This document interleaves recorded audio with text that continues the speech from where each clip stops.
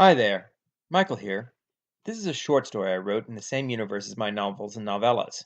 It started out as an idea of what sorts of things the Terrans might get into after the war. And as I wrote it, it sort of took on a life of its own.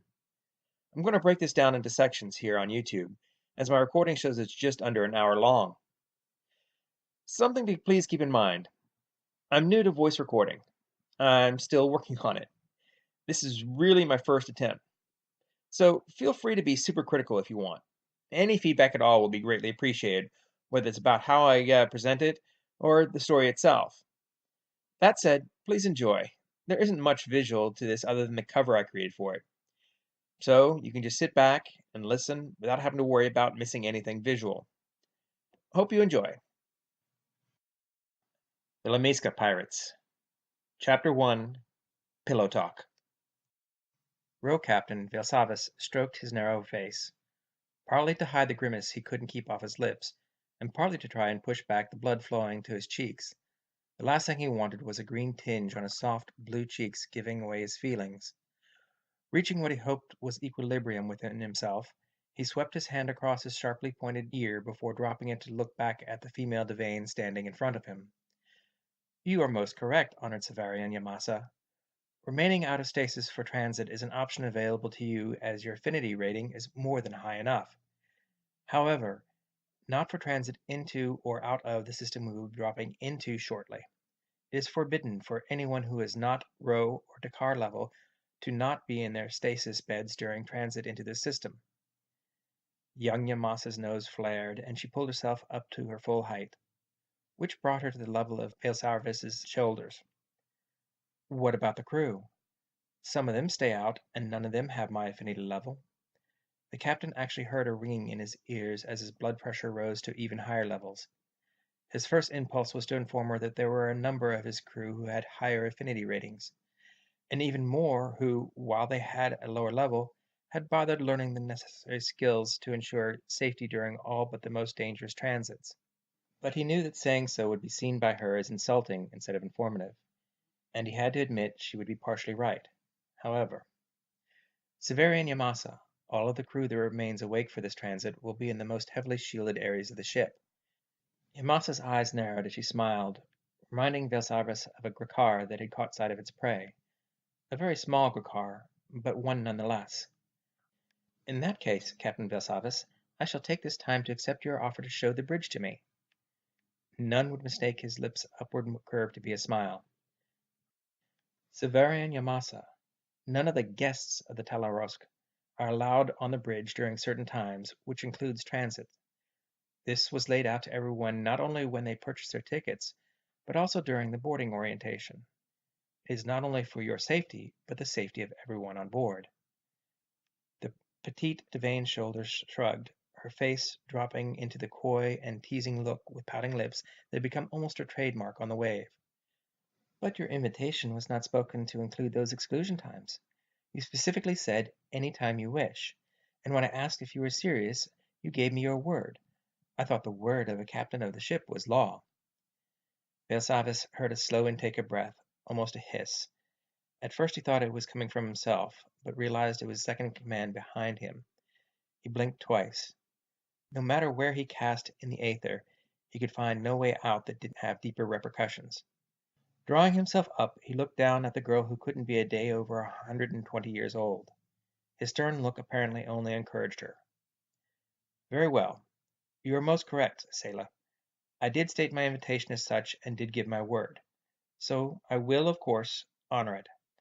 His eyes narrowed as she bounced on her toes, clapping her hands like a 20-year-old. However, I have a duty to the rest of my guests and crew. Your current outfit. He gestured to the diaphanous layers of cloth that cloaked her like an almost invisible, multicolored cloud. It would be completely unsuitable for such a risky emergence. You will need to be in a uniform. I'll have my crew see if they have one available for you to wear, though. I have one, Yamasa exclaimed in delight. I brought the one I wore for Rodenoven's ride. A working suit, Velsavas waved his hand at her, a chiding tone and smile on his voice and face. As good as you looked in it, I must insist it be a working suit. Oh, it is a working suit. She visibly composed herself to start taking on the mannerisms and tone of the woman she had played. I insisted that it be as close to the one that the honored Rodenovan wore. It is fully functional. The pictorial needs to be as real as possible. For the final battle, I did not take it off for 3 weeks of recording. She gave a delicate shudder that had almost everyone's eyes watching the dark blue skin under the translucent material in appreciation. The row captain pulled his eyes back to her face quickly, before she noticed. Swallowing a sigh, he nodded. Very well. Then I'd be most pleased to have you join me on the bridge for this transit. Hopes launch in 30 minutes. Now, as much as I enjoy your beautiful and delightful personage, honored Severian Yamasa, I must get back to ensure everything is ready. He offered the grinning Devane a half bow of captain to almost equal. Yamasa's bow folded into a deep bow of sailor to emperor. Of course, good row captain. I thank you for the courtesy. I will join you shortly. She rose with a skip and turned, almost dancing down the corridor. Hearing sounds of chuckling behind him, he gritted his teeth. I swear to God, Bosquick, if I see a smile on your face when I turn around, I will have you scrubbing the empty react mass chambers with a hand brush.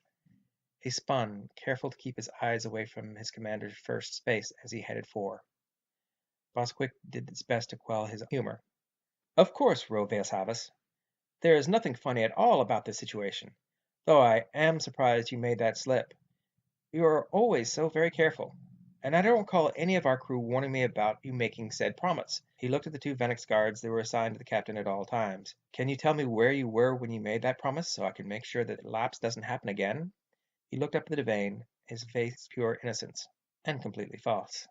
Vilsavas stopped to glare down at the Venix. Not that there was much down to stare.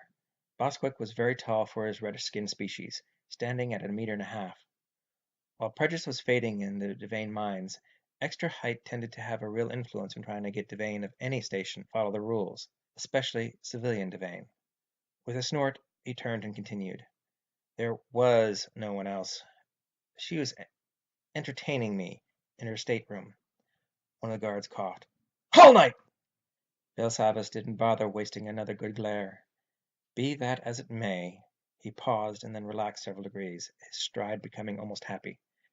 Actually, this is a difficult emergence, so I will need to be full in the ether.